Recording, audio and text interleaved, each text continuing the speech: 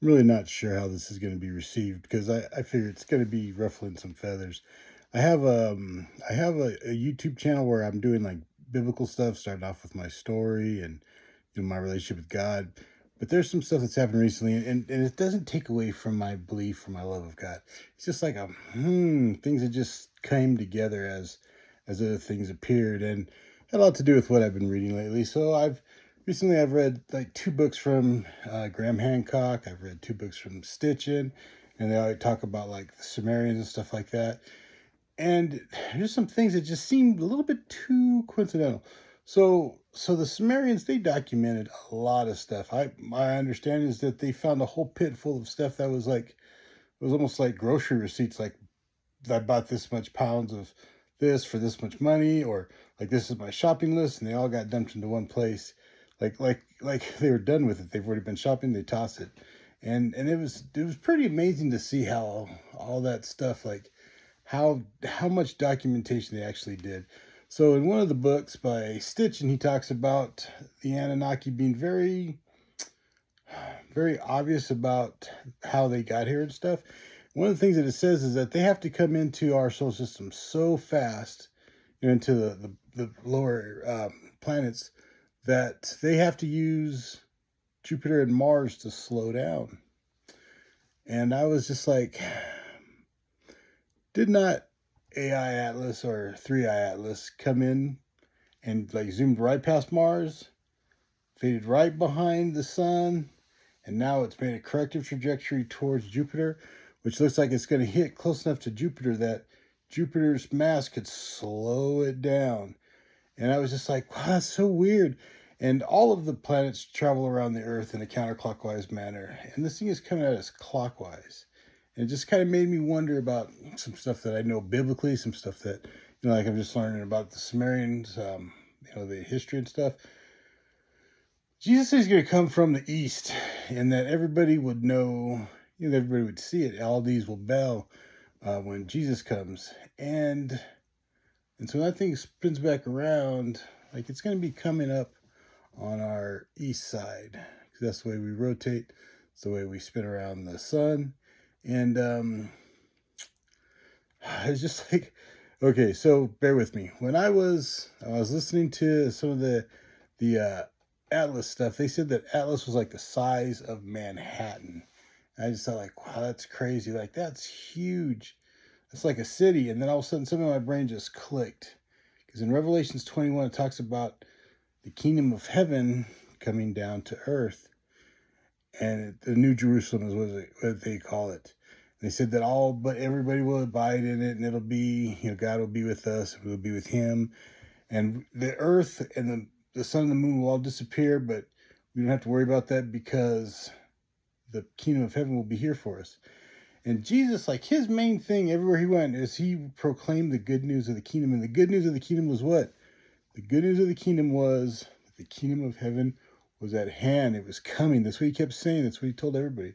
The good news of the kingdom is that it's on its way. And he told them, use miracles, he told his disciples, the things you've seen me do, you'll be able to do these and more. And that was to prove what he was saying about the kingdom of heaven. And it just seems so interesting. And then I thought, like, well, why is it that we feel like we are actually going to a heavenly place? And the only thing I could find was when Jesus told his disciples that he said, in my father's mansion, in my father's kingdom, there are many mansions. He says, if this were not true, I would not have told you. And it doesn't break down when you think about what Revelation 21 says, that this kingdom, the New Jerusalem, would come from heaven, and there would be enough places for everybody to live. There would be a stream, the life-giving stream. There would be the tree of life, 12 different fruits on it. And it's too specific to be an analogy. And there's like, where in the Bible does it say we're actually going to go to heaven? And that really struck me.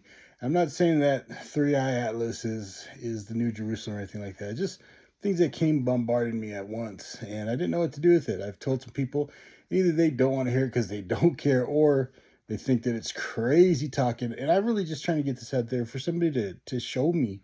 And don't be a hater. Like, find something, send it to me, and I will read it. Because this is just kind of odd, just very odd, especially at this time in our life. Like when everybody's saying this is when the Antichrist will come, this will this, that, and all of the prophecies are being fulfilled.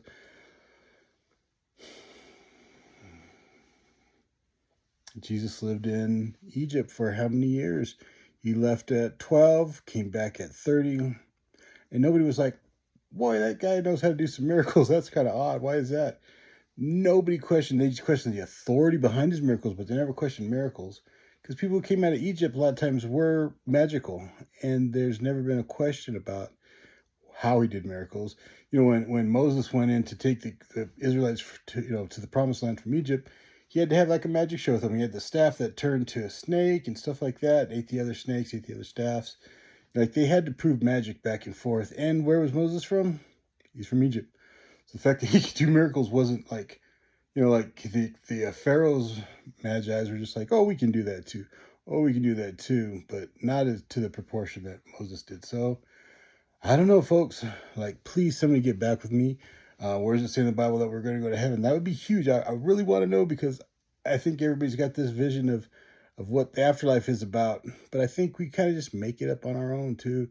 We're just making up stuff for free. I don't know. But please don't be hateful. But get back to me. Let me know what you think about all this, because it's kind of crazy, kind of unsettling. But it's probably nothing like we've gone through Y2K. Our generation has seen so much stuff that did not pan out. Oh, this is the end of the Aztec calendar, stuff like that. Like there's so much that's not panned out. So I'm not worried or anything like that. But like we'll know on March 6th where 3i Atlas is going. And I hope it just keeps going off in space. Everybody's like, you were crazy. But this isn't about me. This is about just like where my mind went. Hoping that there's people out there that have some answers or some questions. That would be pretty cool. All right, folks. Thanks.